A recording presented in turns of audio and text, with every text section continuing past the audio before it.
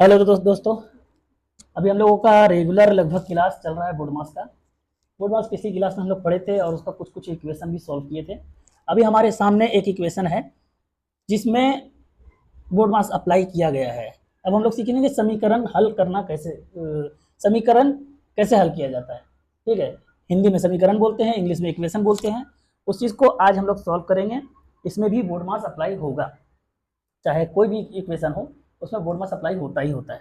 ठीक है, देखिए हमारा इक्वेशन है कि ब्रैकेट के अंदर, बड़ी ब्रैकेट है जो पूरा इक्वेशन इसके अंदर लिया गया है।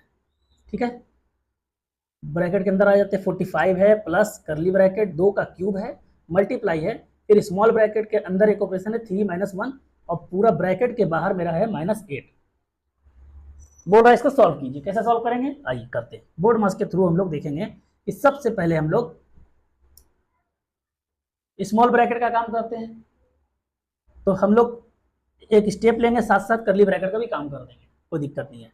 ब्रैकेट लेंगे हम लोग, यहाँ हुआ 45 प्लस करली ब्रैकेट 2 का क्यूब बोल रहा है। 2 का क्यूब किसको बोलते हैं मालूम है?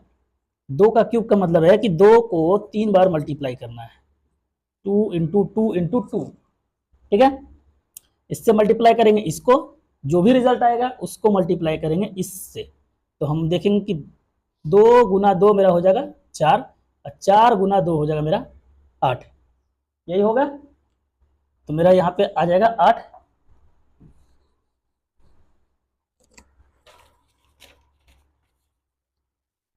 दो का क्यूब 8 गुना 3 में से 1 गया, मेरा बचा 2, करली ब्रैकेट बंद, बड़ी ब्रैकेट के अंदर -8। ठीक है, अब दूसरा स्टेप में हम इस ब्रैकेट का काम करेंगे। बड़ी ब्रैकेट के अंदर है मेरा 45 प्लस ये हो जाएगा मेरा 8 दूना 16, करली ब्रैकेट का काम खत्म, बाहर में -8। अब ये 45 और 16 मेरा कितना हो जाएगा 61। ब्रैकेट का काम खत्म क्योंकि एक ही ऑपरेशन था, खत्म हो गया। 61 - 8 करेंगे, मेरा हो जाएगा 53 आंसर आ जाएगा। यहाँ तक कोई डाउट हुआ? किसी को समझ में नहीं आया? ऐसा तो नहीं है। हम लोग फिर से रिवाइज करते हैं। आज हम लोगों का जो क्लास है, हम लोग क्लास कर रहे हैं कि किसी भी इक्वेशंस को कैसे सॉल्व करते हैं। इंग्लिश में इक्वेशन बोलते हैं, हिंदी में समीकरण बोलते हैं।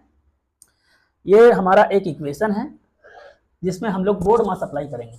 अकॉर्डिंगली बोर्ड मास के थ्रू हम लोग इसको सॉल्व करेंगे। बहुत ईजी है, देखने में भारी लगता है पर कुछ भारी नहीं है। एक बार आप समझ जाएंगे कि बोर्ड मास के अकॉर्डिंग कैसे इक्वेशन को सॉल्व करते हैं, तो चाहे वो सब्जेक्टिव क्वेश्चन हो चाहे वो ऑब्जेक्टिव क्वेश्चन हो, आप लोग इजीली सॉल्व कर सकते हैं। चाहे वो हमारा एग्जाम का क्वेश्चन हो चाहे कॉम्पिटिटिव एग्जाम का क्वेश्चन हो, कोई भी हो। यहाँ पे मेरा 45 है, फिर से रिवाइज करके है। यहाँ मेरा 45 प्लस करली ब्रैकेट के अंदर में 2 का क्यूब मल्टीप्लाई 3 - 1 ब्रैकेट के अंदर है और ब्रैकेट के बाहर में -8। पहला स्टेप में हम लोग किए 45 प्लस ये एज इट लिखा गया, करली ब्रैकेट के अंदर में 2 का क्यूब था तो वो हो जाएगा 8 और स्मॉल ब्रैकेट के अंदर में था मेरा 3 - 1, तो 3 - 1 मेरा बचा 2, ब्रैकेट बंद कर दिए -8। दूसरा स्टेप में 45 ये एज इट लिखा गया, 8 दूना 16 हो गया, ब्रैकेट बंद हो गया -8। 45 और 16 मेरा 61 हो गया, -8 मेरा आंसर आ गया 53। इजी लगा? चलिए, उम्मीद करते हैं कि आप लोगों को समझ में आया होगा।